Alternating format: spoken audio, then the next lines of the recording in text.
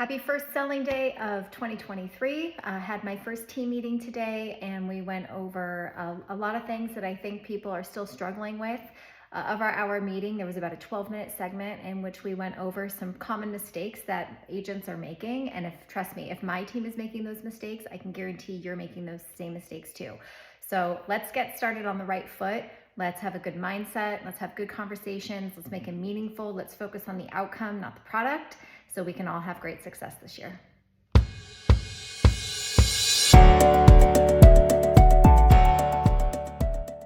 Lots of recordings listened to yesterday. I don't even know how many, but I spent 12 hours listening to sales recordings yesterday. And there were some patterns that I noticed, some things I wanted to point out that a lot of you guys are doing. And I want to make sure that if you are doing this, that you realize that you're doing it and try to make changes to understand how to not do it anymore. So one of the things that was very consistent is in the first minute of the conversation, and this was happening a lot when people are receiving transfers, you're saying, so I understand you're interested in life insurance, right? What are we selling? What are we actually selling here? Someone answer. Protection. What else? Yes. Be more specific. What are we selling? Final expense. Funeral protection. Peace of mind. Exactly. All good answers. We are selling the outcome of what the life insurance will provide.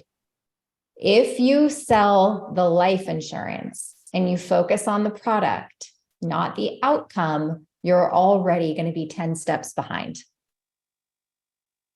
Right? The tone of your conversation will be very salesy, right? If your mentality is on the product and not the outcome, you're going to be missing out on a big piece of what we're trying to accomplish here. So there was a whole lot of conversations. It wasn't just one person. It wasn't just two people. A ton of people are really just focused on selling the product, the life insurance, not the outcome. So really want to make sure that we're really focusing on what our product provides, right? I understand you're looking to protect your family if you were to pass away.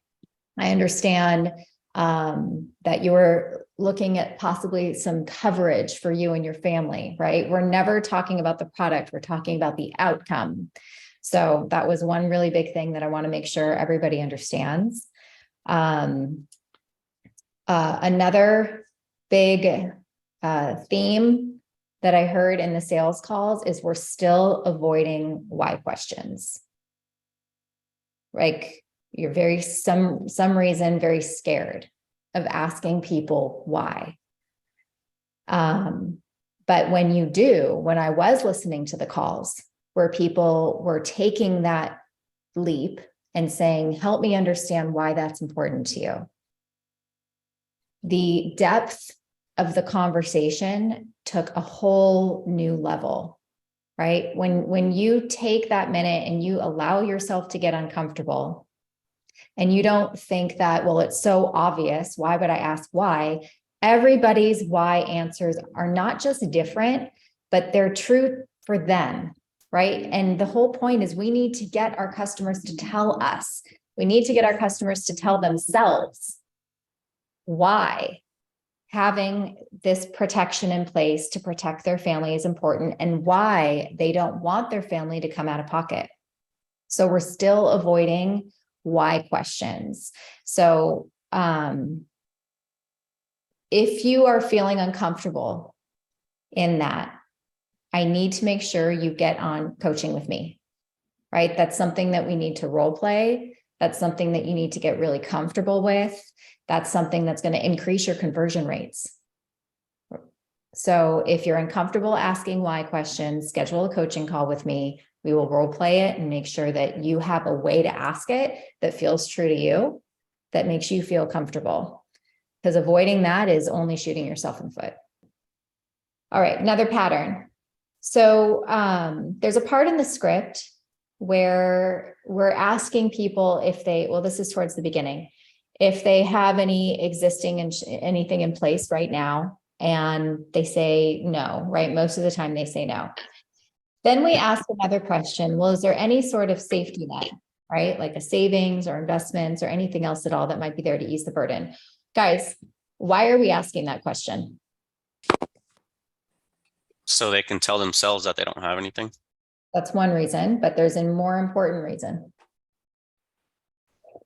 Gauge what kind of protection, additional protection they might need. What happens if they do have something? Find out what they have. Oh, sorry. That's okay, go ahead. You find out what they have, and if they're looking for term, or you find out what they're looking for. It's just good information. Identify if they have a plan B, I guess, maybe. I don't know. Right. And so Bianca, you're leaning towards the whole reason why we're asking this. So if someone says, yeah, I have a 401k, what do you say, Bianca? I'll probably try to, is it easily accessible for your family? I mean, there's so much red tape when it comes to 401k, I can imagine, but. No, you just made an assumption right there. What assumption did Bianca just make?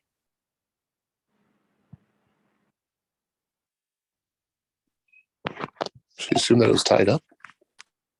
That it was hard to obtain. She assumed that she wanted this, that the customer wanted the 401k to go towards the final expenses, right? By automatically being on the defense and saying it will be hard for your family to access that.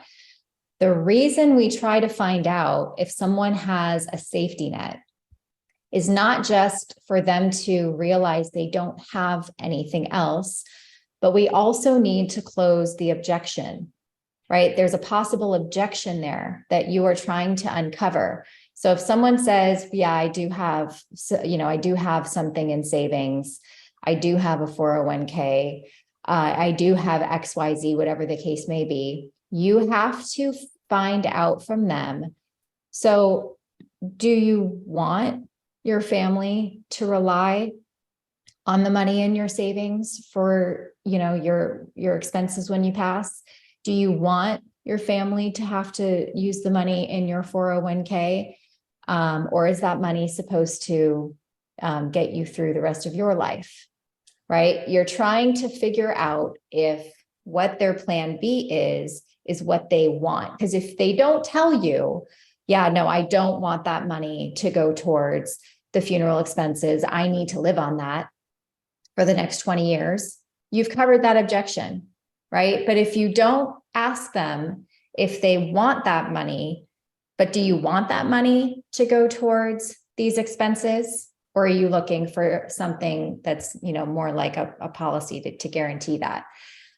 Then it's going to come up to bite you in the end, right? At the very end, guaranteed, they'll say, well, I have plenty in savings, I'll just use it for that, right? So everything we do is trying to get people, we have to cover the objections before we get them. This is the same thing that you're also missing. When you ask, have you thought about what would happen if you didn't do anything at all, right? We're not just asking this question to get people to picture what their family will go through if they don't have something. We're also trying to figure out if they have a plan B for this too, right? And there's been a lot of times where people are saying, well, the family will just come together and, pay for it and pass the bucket and do a GoFundMe, or they'll just figure it out, or yeah, they'll just throw me in the backyard, or, whatever they say, you have to call them out, right?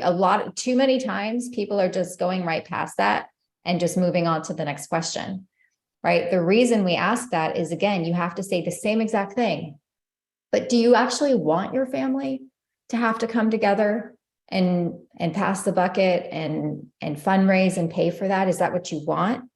They have to say, no, I don't want that. So you can hold them accountable for that at the end and close that objection. Does that make sense, you guys?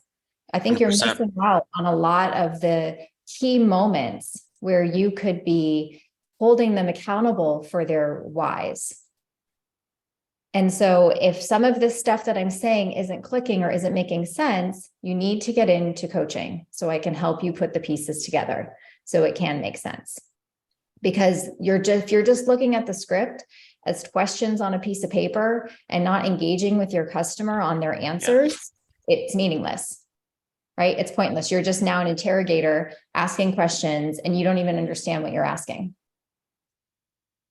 This is a very, very important part. The discovery part of the script will make or break the rest of your conversation. It has to be incredibly strong here. And I want you to know that I am available on my calendar. It's wide open now for anybody to schedule consistent coaching calls to make sure that you guys have a complete understanding of what we're trying to accomplish. I only want you to be successful. Okay, I took a step back from selling so I could help you. And we have a very small percentage of people taking advantage of that. And it's reflecting in the numbers. Okay, so I can only meet you halfway. You guys have to take that initiative and ask for help because I cannot force you to do it. Does anyone have any questions on that?